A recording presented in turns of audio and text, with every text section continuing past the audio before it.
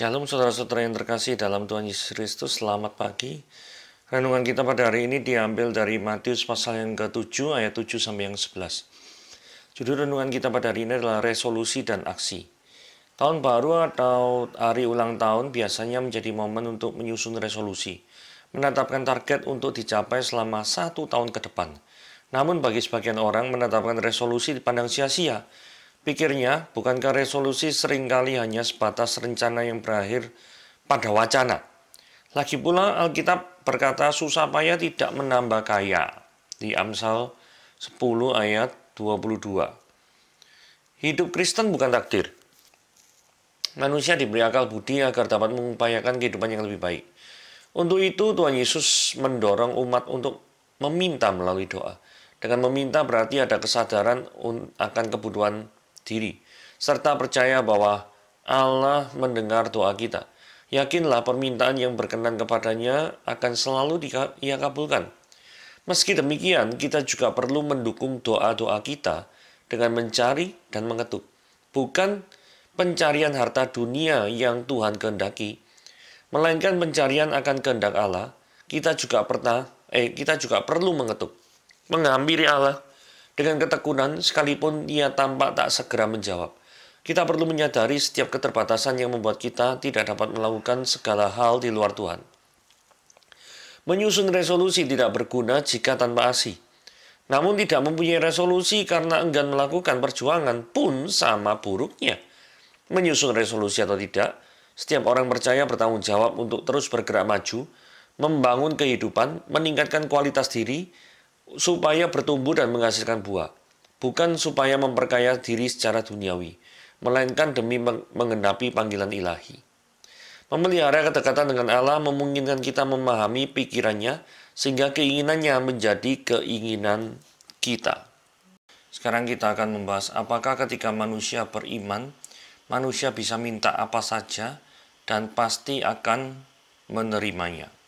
Matius 7 ayat 7-11 berkata, "Mintalah maka akan diberikan kepadamu, carilah maka kamu akan mendapat, ketoklah maka pintu akan dibukakan bagimu, karena setiap orang yang meminta menerima, dan setiap orang yang mencari mendapat, dan setiap orang yang mengetok baginya pintu akan dibukakan. Adakah seorang daripadamu yang memberikan batu pada anaknya jika dia minta roti, atau memberikan ular jika dia minta ikan?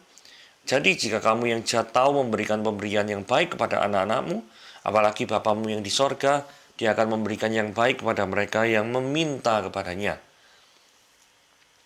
Sebenarnya inti dari pengajaran Matius 7 itu begini ya. Ini adalah suatu perintah untuk berdoa.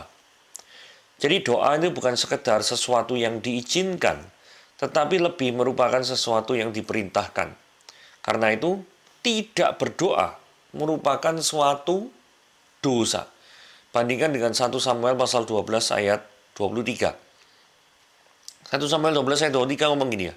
"Mengenai aku, jauhkanlah daripadaku untuk berdosa kepada Tuhan dengan berhenti mendoakan kamu."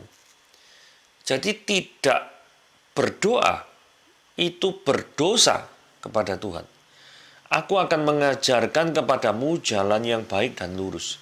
Tapi fokusnya pada kalimat yang ada di highlight merah dan di highlight biru ya. "Jauhkanlah daripadaku untuk berdosa kepada Tuhan dengan berhenti mendoakan kamu." Jadi berhenti mendoakan kamu, berhenti berdoa, itu berdosa di hadapan Yahweh. Nah, seberapa sering kita itu berdoa? Ada orang-orang yang menganggap doa itu tidak ada gunanya. Karena berdoa atau tidak berdoa, toh ya tidak ada beda nih. Orang yang tidak berdoa juga diberi makan, lulus ujian, dan lain sebagainya. Nah, tentang hal ini ada dua hal yang perlu kita perhatikan ya. Dalam hal jasmani memang ada kemungkinan orang yang tidak berdoa pun akan menerima sesuatu dari Tuhan. Tetapi kita tetap harus membedakan antara pemberian Tuhan sebagai pencipta kepada manusia, yang adalah ciptaannya, dan pemberian Tuhan sebagai Bapa kepada anak-anaknya. Saudara, kalau kita itu pemberian Tuhan sebagai pencipta itu begini ya, seperti kayak matahari, kemudian udara. Itu status orangnya baik atau tidak baik. maka Tuhan itu juga tetap akan memberi. Betul ya? Kalau misalkan ada kita sebagai anak Allah dan Tuhan itu sebagai Bapa, maka ada pemberian khusus yang akan kita terima. Tetapi orang-orang yang tidak percaya itu tidak akan terima. Contohnya setidaknya, misalkan keselamatan. Ya. Jadi keselamatan itu kan kita berdoa kepada Tuhan, mengalami keselamatan di dalam Tuhan. Ada sukacita ketika orang itu berada di dalam Yesus, berbeda dengan orang yang ada di luar Yesus. Ya. Jadi berdoa ada gunanya. Kita diperintahkan untuk berdoa. Nah, pertanyaannya seberapa banyak saudara berdoa? Oke? Jadi kita mesti bedakan ya dalam hal jasmani dan dalam hal rohani. Dalam hal rohani, orang yang tidak minta tidak akan menerima. Pengampunan dosanya diberikan oleh Allah kepada mereka yang meminta kepadanya. Ya. Oke, kita lanjutkan analisa dari tata bahasa yang digunakan. Saudara, kata mintalah, carilah, ketoklah, itu kan muncul 3 kali ya. Di dalam ayat 7, ada dalam bentuk present imperatif. Present itu sekarang, imperatif itu kata perintah. Nah, kalau kita sedikit belajar bahasa Yunani itu ada mengenal 2 bentuk perintah. Yaitu ada perintah yang namanya aorist imperatif. Aorist itu bentuk lampau. Atau setidaknya berarti gini ya, perintah ini hanya perlu dilakukan 1 kali. Contohnya, Yohanes 2 ayat 7. Yesus berkata pada pelayan-pelayan itu, isilah tempayan-tempayan itu penuh dengan air, dan mereka pun mengisinya dengan air sampai penuh. Nah ini sekali saja. Tidak perlu berulang-ulang isi air, terus itu tidak perlu. Nah berikutnya adalah present imperatif. Present imperatif ini adalah perintah yang harus dilakukan terus-menerus. Contohnya Efesus 5 ayat 18. Gitu ya. Nah, Efesus 5 ayat 18 ini perintah yang harus dilakukan terus-menerus. Mari kita baca ayatnya ya. Dan janganlah kamu mabuk oleh anggur, karena anggur menimbulkan hawa nafsu, tapi hendaklah kamu penuh dengan roh. Nah, penuh dengan roh, ini harus dilakukan terus-menerus. Nah, kata perintah yang ada dalam Matius 7 ayat 7, yang mintalah, carilah, ketoklah, itu semuanya dalam bentuk tensesnya itu present imperatif. Dan karena itu, artinya apa? Dengan mengetahui tata bahasa ini, implikasinya berarti pekerjaan mintalah, carilah, ketoklah, yang merupakan bagian di dalam doa, maka kita harus terus-menerus melakukannya. Apakah kita sudah berdoa dengan tekun? Oke, mari kita lanjutkan. Ayat 8 ya. Mintalah apa saja yang kita kehendaki. Nah ini perlu kita klarifikasi ya. Ayat 8 ngomong gini ya. Karena setiap orang yang meminta, menerima. Setiap orang yang mencari, mendapat. Setiap orang yang mengetok, baginya pintu akan dibukakan. Ini luar biasa sekali ya. Hebat sekali nih. Kalau seperti ini ya. Jadi, jikalau kamu tinggal di dalam aku dan firmanku tinggal di dalam kamu, mintalah apa saja yang kamu kehendaki, dan kamu akan menerimanya. Saudara, ayat-ayat seperti ini, ayat Matius 7 ayat 8, Yohanes 15 ayat 7. Ini ada hal yang perlu kita perhatikan, yaitu kalimat yang ada di highlight merah. Highlight merah itu bilang gini ya, jikalau kamu tinggal di dalam aku, dan firmanku tinggal di dalam kamu. Jadi kalau kita tidak ada tinggal di dalam dia, maka minta apa saja yang kita kehendaki, kita juga tidak akan menerima.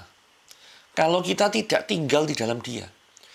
Jadi ketok, minta, ketok akan dibukakan, minta mendapat, cari mendapat. Nah, ini semuanya itu hanya akan bisa terjadi. Kalau apa saudara-saudara sekalian? Kalau kita itu sudah, apa saudara-saudara?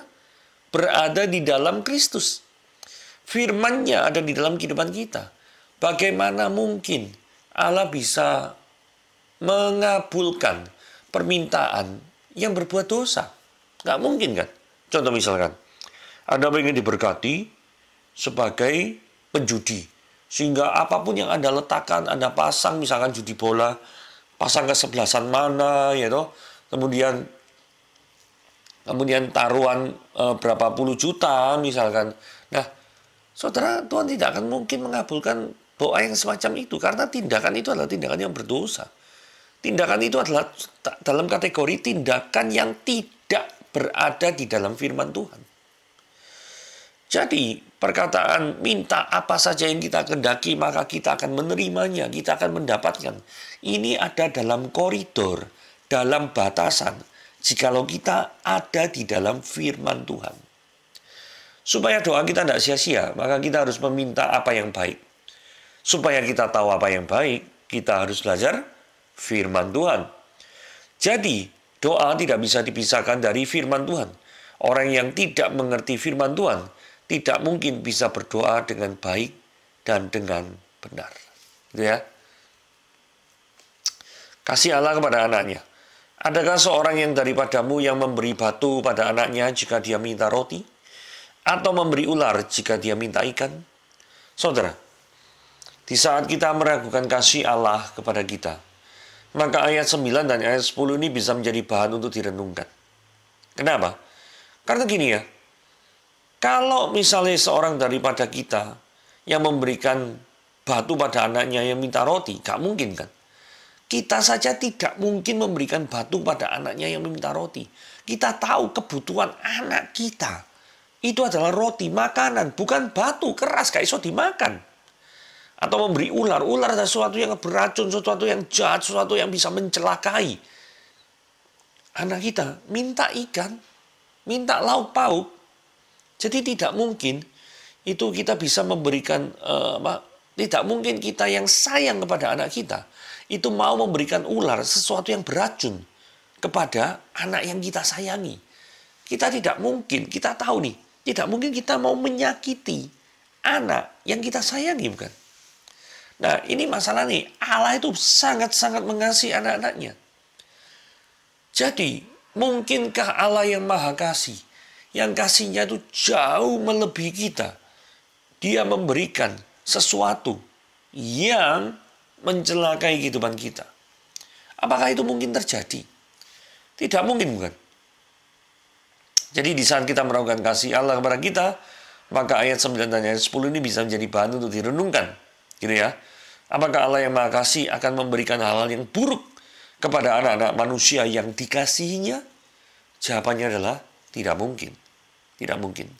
Jadi jikalau Anda yang ragu terhadap kasih Tuhan, jikalau Anda ragu, apakah Tuhan itu mencintai atau mengasihi dia, maka bertobatlah. Karena Tuhan yang kita percayai, itu adalah Tuhan yang dahsyat, yang mengasihi daripada anak-anaknya. Oke, apakah di dalam manusia masih terdapat kebaikan? Karena ayat 11 ngomong gini ya, jadi jika kamu yang jahat tahu memberikan pemberian yang baik kepada anak-anakmu, apalagi Bapamu yang di sorga, dia akan memberikan yang baik kepada mereka yang meminta. Memberikan yang baik kepada mereka yang meminta kepadanya. Saudara, mengapa manusia itu disebut atau dikategorikan jahat? Karena manusia melanggar firman Tuhan dan berdosa terhadapnya. Melanggar firman Tuhan dan berdosa. Itu adalah kategori orang itu disebut jahat. Apakah manusia yang berdosa memiliki kemampuan untuk berbuat kebaikan? Sekali lagi ya. Apakah manusia yang berdosa ini masih memiliki kemampuan untuk berbuat kebaikan? Jawabannya adalah tidak. Kenapa kok tahu tidak? Di dalam Roma 3 ayat 10 ayat 12 ditulis, seperti ada tertulis, tidak ada yang benar, seorang pun tidak, seorang pun tidak ya. Semua orang, ayat 12, semua orang telah berbuat nyeleweng. Mereka semua tidak berguna.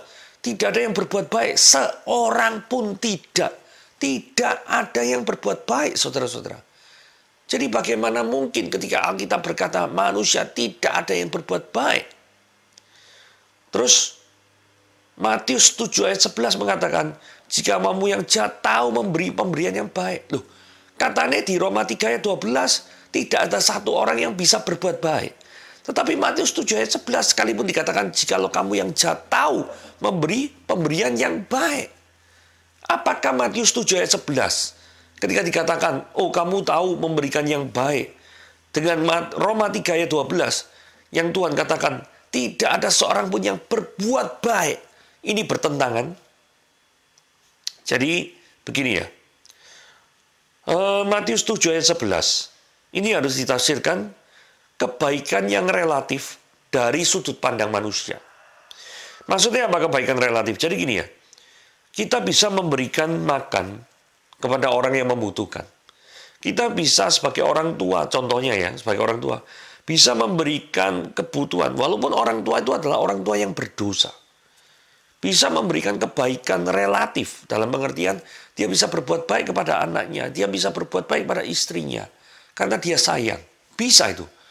Tidak perlu orang itu percaya Yesus untuk bisa melakukan hal-hal seperti itu. Tetapi apa bedanya dengan orang yang percaya Yesus ketika melakukan hal-hal yang demikian? Secara kasat mata mungkin sama-sama saja. Tetapi yang membedakan adalah begini ya. Orang yang menerima Yesus ketika melakukan hal yang demikian, itu adalah orangnya, yaitu orangnya itu adalah melakukannya untuk Tuhan. Jadi mengasihi istri, mengasihi anak, itu karena apa? Adalah perwujudan kasihnya dia kepada Tuhan. Karena mereka gambar dan rupa Allah, mereka nggak boleh dipukul, mereka nggak boleh disakiti. Karena sesama orang-orang berdosa, maka mereka jangan dihakimi, jangan dijudge, jangan dituduh yang ngawur-ngawur, yang aneh-aneh. Jadi ada dasar firman Tuhannya bagi seorang Kristen untuk mengasihi sesama. Itu yang tidak ada pada orang yang belum percaya. Nah, sedangkan kebaikan yang dimaksud dalam Roma 3 ayat 10-12, ini kebaikan dari sudut pandang Allah. Kebaikan dari sudut pandang Allah itu apa? Ketika kita melakukan kebaikan, tetapi tanpa ditujukan untuk for glorify our God, untuk memuliakan nama Tuhan, maka segala kebaikanmu itu adalah sia-sia. Karena engkau tetap berada di dalam dosamu, dan engkau tetap berada di dalam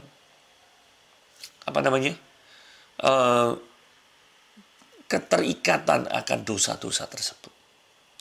Jadi itulah kebaikan yang di hadapan Allah. Manusia tidak mungkin berbuat baik dalam pengertian manusia tidak akan pernah memuaskan Allah.